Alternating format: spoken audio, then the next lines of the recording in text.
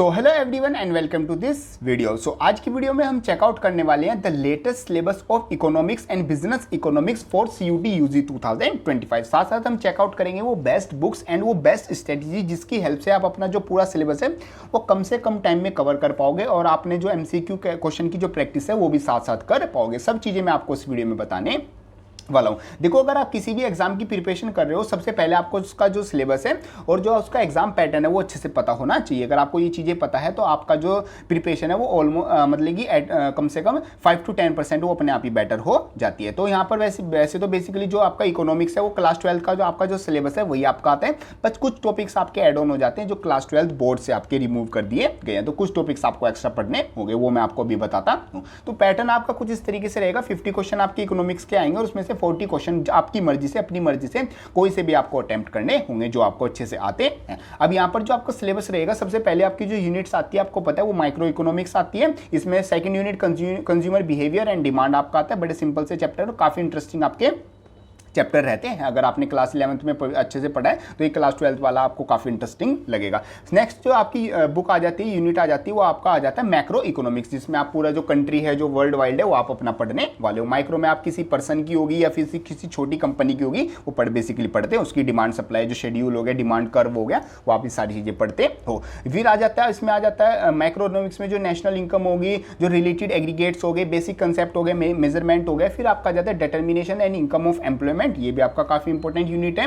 इसमें आपको जो सीयूटी जैसे क्वेश्चन काफी बनते हैं। फिर आपका money and banking, government budget and the economy, ये आपकी यूनिट्स आती है। उसमें जो ये टॉपिक्स हैं इनको अच्छे से मार्क कर लेना। ये जो पीडीएफ है ये आप डाउनलोड कर लेना, आपको पता रहेगा कौन से टॉपिक आपने पढ़ चुके हो, कौन से टॉपिक आपको भी एक्स्ट्रा पढ़ने हैं। फिर आपका जो चैप्टर आता है, मतलब यूनिट आती है, वो आ जाता है बैलेंस ऑफ पेमेंट्स, मतलब कि जो फिक्सेबल एंड नॉन फिक्सेबल जो पेमेंट्स हैं, फॉरेन एक्सचेंज रेट्स हैं कि कौन सी कंट्री उनको फिक्स रखती है, फिक्स रखने के क्या फ़ायदे हैं, और मतलब कि फ्री अगर फ्लेक्सिबल रखेगी अपने हिसाब से, ट्रेड के हिसाब से चेंज होते रहे, उनका क्या फ़ायदे और नुकसान आते हैं। नेक्स्ट आपकी जो बुक आती है वो इंडिया इकोनॉमिक डेवलपमेंट आ जाता है। डेवलपमेंट एक्सपीरियंस 1947 से 19, इसमें पूरी स्टोरी आपको बताई जाएगी और क्या क्या मतलब रिफॉर्म रहे, जो प्लान्स रहे 5th ईयर प्लान, और ये जैसे ये 5 ईयर प्लान्स जो रहे वो किस किस तरीके से लाए गए, ये भी आपको। और ये 5 ईयर प्लान से बहुत ज़्यादा मतलब कि इंपॉर्टेंट होते हैं, क्योंकि यहाँ से एग्जामिनेशन में सीयूटी में डायरेक्ट क्वेश्चन पूछे जाते हैं कि किस प्लान का कौन सा नेम था और किस प्लान में बेसिकली आपको मतलब कि क्या क्या चीजें रहेगी, किस प्लान में किस चीज पर ज्यादा ध्यान दिया गया, कि जैसे फर्स्ट वाले में एग्रीकल्चर और इंडस्ट्रीज पर ध्यान दिया गया,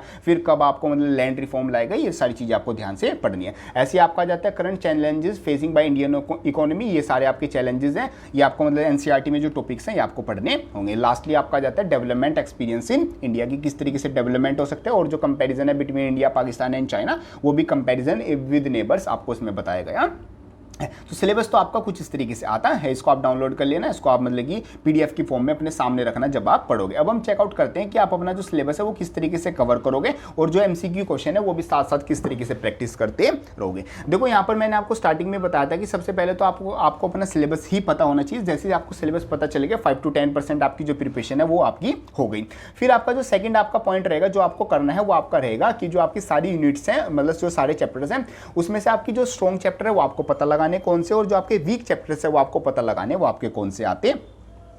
देखो, स्ट्रॉन्ग चैप्टर बेसिकली जो आपको पढ़ने में भी मजा है और जिसका अब एग्जाम देते हो उसके क्वेश्चन सबसे ज़्यादा सही होते हैं, वो स्ट्रॉन्ग होते हैं। और वीक का मतलब जो पढ़ने में भी अच्छे नहीं लगते आपको, मतलब थोड़े मजा नहीं आता पढ़ने में, और ऐसा हो सकता है कि उसमें आपके जो क्वेश्चन है वो भी ज़्यादा सही ना हो। आपको क्या बना लेनी है, बेसिकली एक लिस्ट बना लेनी है जिसमें आप क्या करोगे, जो सबसे पहले स्ट्रॉन्ग चैप्टर है वो रख दोगे, फिर आपका जो वीक चैप्टर है वो, फिर कम उससे कम उससे कम, और लास्ट में सबसे कम वाला चैप्टर जो सबसे वीक चैप्टर है वो रख दोगे। आपको 2 कॉलम ऐसे बना लेने, अपने पेज पर इस तरीके से भी लिख लेना। सबसे पहले एनसीईआरटी में से जो चैप्टर फर्स्ट है जो आपका सबसे ज्यादा स्ट्रॉन्ग है उसको रीड करोगे, और उसके जो प्रीवियस ईयर क्वेश्चन है चैप्टर वाइज, जिसको कि आप एक बुक से लगा सकते हो, डिस्क्रिप्शन में लिंक प्रोवाइड कर दूंगा बुक्स का, वहां से डाउनलोड कर लेना जो बेस्ट बुक्स हैं, या फिर आप गूगल पर जो फ्री प्रीवियस ईयर जो क्वेश्चन है काफी वेबसाइट प्रोवाइड करती है, उनका भी लिंक डिस्क्रिप्शन में ऐड कर दूंगा, वहां से देख लेना। वो आप क्या कर सकते हो, क्वेश्चन लगा सकते हो। अब क्वेश्चन लगाने के बाद जब आप यहाँ पर कम से कम 40-50 क्वेश्चन लगाना, तो आप लगाओगे तो आप दो चीज़ें देखने को मिलेंगी। कुछ टॉपिक्स तो आपके करेक्ट है, मीन्स जो टॉपिक आपने एनसीईआरटी में पढ़े और उनके क्वेश्चन भी आपसे क्या हो गए, सही हो गए,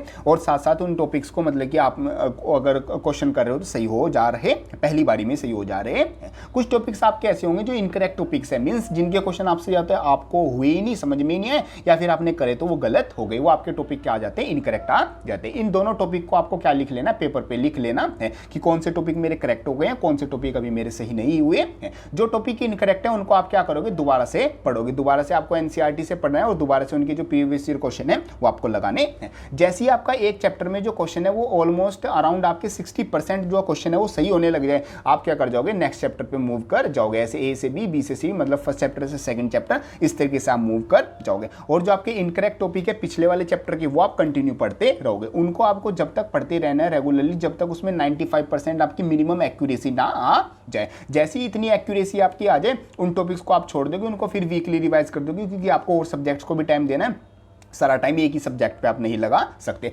ध्यान रखना कि जब आपका मतलब कि सिलेबस और या फिर आपके जो क्वेश्चन सही हो रहे हैं वो मिनिमम 50 to 60% हो जाए, आप नेक्स्ट चैप्टर पे मूव कर जाना। और जैसे ही 95% जो गलत क्वेश्चन है वो भी सही होने लगे, तो आप क्या कर देना, उन इनकरेक्ट टॉपिक को रोज रोज पढ़ना छोड़ देना, और बस आप अपनी एक पेपर पे लिख के रखना कि कौन से टॉपिक सही रहे हैं मेरे, कौन से टॉपिक वीक थे। ये आपके रिविजन के टाइम आपके काम आने वाले हैं। तो इस तरीके से आपका जो पूरा सिलेबस है वो कवर भी हो जाएगा, साथ साथ आपके जो स्ट्रॉन्ग चैप्टर है वो और ज्यादा स्ट्रॉन्ग हो जाएंगे, एंड जो आपके वीक चैप्टर है वो और ज्यादा मतलब वो क्या हो जाएंगे, वो अब स्ट्रॉन्ग हो जाएंगे। और प्रीवियस ईयर क्वेश्चन आप कर रहे हो तो आपको ये भी आइडिया हो जाएगा कि किस लेवल के एग्जामिनेशन में क्वेश्चन पूछे जाते हैं। सो ये सब कुछ आपका आ जाता है रिलेटेड दिस वीडियो। होप करता हूं ये वीडियो आपको हेल्पफुल लगी होगी। वीडियो हेल्पफुल लगे इसको लाइक जरूर कर देना, एंड यस जाते हुए चैनल को सब्सक्राइब जरूर कर देना। सो बाकी डिस्क्रिप्शन में आपके लिए काफी हेल्पफुल कंटेंट के लिंक्स है, वो आप वहां से चेकआउट कर सकते हो।